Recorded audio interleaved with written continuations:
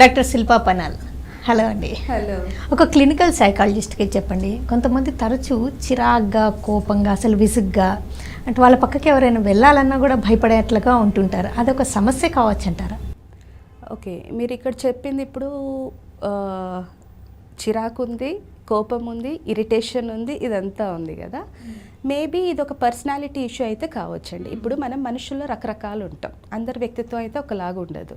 So రకరకాల మనుషుల్లో ఇది ఎమోషనలీ అన్స్టేబుల్ పర్సనాలిటీ అయి ఉండొచ్చు. ఇప్పుడు మనకి క్లినికల్గా మనం ఒక 9 టైప్స్ ఆఫ్ పర్సనాలిటీస్ అని మాట్లాడితే ఇది one of the type of personality. Emotionally unstable personality అనేది ఒకటి ఉంటుంది. వాళ్ళకి ఇంపల్సివిటీ ఎక్కువ, అంటే ఆవేశం ఎక్కువ, లేకపోతే అగ్రెసివ్నెస్, కోపం ఎక్కువ ఉంటుంది, మూడ్ స్వింగ్స్ ఎక్కువ విపరీతంగా ఉంటాయి, ఇరిటేషన్ ఎక్కువ ఉంటుంది. సో అది పర్సనాలిటీ అట్లా కావచ్చు. లేకపోతే ఇంకా మనకి ఎక్కువ చిన్నదానికి కూడా కోపం రావడం, ఇరిటేషన్, అది ఒక రకమైన వ్యక్తిత్వం. సో దీనికి మనం ఏం చేయాలి అని అంటే, ఒకవేళ విపరీతంగా ఉందనుకోండి, అంటే it is to the extent of రిలేషన్షిప్స్కి ప్రాబ్లం అవ్వడం, మన పక్కన ఉన్న వాళ్ళకి ప్రాబ్లం అవ్వడం, ఆ స్టేజ్లో ఉంది అని అంటే మనం సైకోథెరపీ అనేది ప్రిస్క్రైబ్ చేస్తాం. దీనికి మనకి బాగా కాగ్నిటివ్ బిహేవియర్ థెరపీ అనేది ఒకటి, డైలెక్టికల్ బిహేవియర్ థెరపీ అనేది ఒకటి. సో ఇట్లాంటివి మనం సెపరేట్గా కాగ్నిటివ్ బిహేవియర్ థెరపీ టెక్నిక్స్ అనేది ఉంటుంది. దీంట్లో కాగ్నిటివ్ బిహేవియర్ థెరపీ అంటే కాగ్నిటివ్ ప్రాసెసెస్ అంటే మెంటల్ ప్రాసెసెస్, ఆలోచన విధానాలు. దీంట్లో మనం రూట్ కాజ్ దగ్గర నుంచి తీసుకొని వాళ్ళ ఆలోచన విధానాన్ని ఎలా మార్చాలి. ఇప్పుడు మనకి ఆవేశం ఉందంటే ఒక్కొక్కరికి తెలుస్తుంటుంది, నేను ఇప్పుడు తగ్గించుకోవాలి, నాకు కోపం ఎక్కువ వస్తుంది అనే విషయం తెలుస్తుంది, కానీ దాన్ని ఎలా తగ్గించుకోవాలి అనేది అక్కడ ఇష్యూ. సో దాన్ని ఎలా తగ్గించుకోవాలి అనేది నాకు థాట్ ప్రాసెస్లో, థాట్ లెవెల్లో ఉన్నా కూడాను బిహేవియరల్గా ఎట్లా అప్లై చేయాలి, ఎట్లా ఇంప్లిమెంట్ చేయాలి అనే దానికి కొన్ని బిహేవియరల్ ఎక్సర్సైజెస్ కూడా ఇస్తాం ఇక్కడ. సో మనకి థాట్ ప్రాసెస్లో కాగ్నిటివ్ ఎక్సర్సైజెస్ ప్లస్ ఇంప్లిమెంట్ చేయడానికి యాక్షన్ వైజ్లో బిహేవియరల్ ఎక్సర్సైజెస్, ఈ రెండు సెపరేట్ సెగ్మెంట్స్ అనేది ఉంటుంది. కాగ్నిటివ్ ఎక్సర్సైజెస్లో మనకి థాట్ డైరీ మెయింటైన్ చేయడం, మనం ఈ థాట్ స్టాపింగ్ టెక్నిక్ అనేది ఒకటి ఉంటుంది. తర్వాత వ్యాలిడిటీ క్వశ్చనింగ్ అనేది, అంటే మన థాట్స్ అనేది రేషనల్ లెవెల్లో ఉన్నాయా, అంటే ప్రాక్టికల్గా లాజికల్ లెవెల్లో ఉన్నాయా, లేకపోతే ఇల్లాజికల్గా ఉందా మన థాట్ ప్రాసెస్ అనేది, అదొకటి. అట్లా టెస్ట్ చేసుకోవడం, అదంతా మనకి కాగ్నిటివ్ బిహేవియర్ థెరపీలో ఒక ప్రాసెస్ అండి.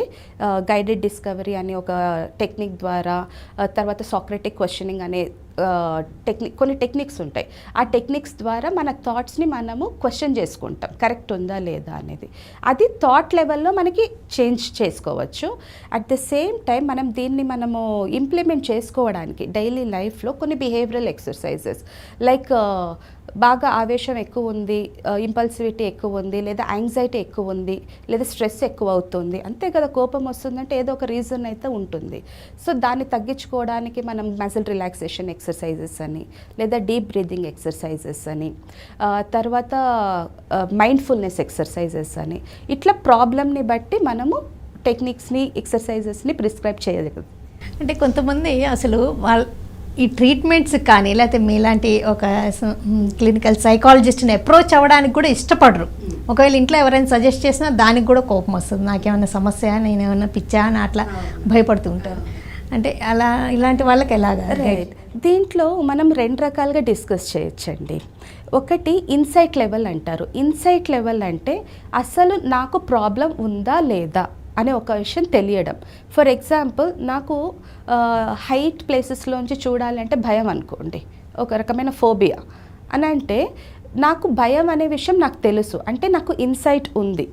ఓకే, అట్లాంటప్పుడు నేను ఈ ప్రాబ్లం నుంచి బయటికి రావడానికి నేను విల్లింగ్గా ఒకరి హెల్ప్ తీసుకోవాలని అనుకుంటాను. అట్లాంటప్పుడు మనం కోఆపరేట్ చేస్తాం. దేనికి? సైకోథెరపీకి కానీ కౌన్సిలింగ్కి కానీ మనం కోఆపరేట్ చేస్తాం. కొందరు విషయాలలో ఏమవుతుంది అంటే ఇన్సైట్ లెవెల్ అనేది తక్కువ ఉంటుంది. ఇన్సైట్ లెవెల్ అంటే నాకు ఆ ప్రాబ్లం ఉందనే విషయం కూడా నాకు తెలియదు అనమాట. ఇప్పుడు మీరు ఎగ్జాంపుల్ చెప్పింది, నాకెక్కడ కోపం వస్తుంది, నాకేం రావట్లేదు కదా, అంత ఆవేశం నాకు ఎక్కడుంది అని అంటుంటారు. కానీ వాళ్ళ వల్ల ఇతరులు, అంటే మేబీ ఫ్యామిలీ మెంబర్స్ కానీ, క్లోజ్ కొలీగ్స్ కానీ, క్లోజ్ ఫ్రెండ్స్ కానీ తెలుస్తుంటుంది వీళ్ళ వల్ల ప్రాబ్లం ఏంటి అని. అంటే మనం బేసిక్గా అనలైజ్ చేసుకోవాల్సింది, మన వల్ల మనకు కానీ, మన వల్ల వేరే వాళ్ళకి, మన చుట్టుపక్కల ఉన్న వాళ్ళకి కానీ ఎట్లాగైనా ప్రాబ్లమ్స్ వస్తే అది ప్రాబ్లమాటిక్ సిచ్యువేషన్ అని. ఇంకో ఈ 2 రకాలుగా ఏది చూసుకున్నా ఇప్పుడు మన ఆలోచన వల్ల మనకు ప్రాబ్లం అంటే కొంచెం డిప్రెసివ్ టెండెన్సీస్, నెగటివిస్టిక్ టెండెన్సీస్, సాడ్నెస్ ఇట్లాంటి వల్ల ప్రాబ్లం అవుతుంది. లేదా నా వల్ల నా చుట్టుపక్కల వాళ్ళకి ఏమైనా ప్రాబ్లమాటిక్ అయితే అంటే అతి ఆవేశం, అతి కోపం, అతి స్ట్రెస్ వల్ల ఇరిటబిలిటీ, సో ఇట్లాంటివైనా కూడా ప్రాబ్లమాటిక్. ఇట్లాంటి దాంట్లో ఏ రకంగా ఉన్నా కూడా it is the time for change. మన గురించి మనం వర్కౌట్ చేసుకోవాల్సిన అవసరం ఉంది. ఇవి ఇండికేషన్స్ అన్నమాట. ఆందోళన అనేది లేదా, భయం అనేది అందరికీ ఉంటుంది కదా, కోపం అనేది అందరికీ ఉంటుంది కదా, ఎస్ అందరికీ ఉంటుంది.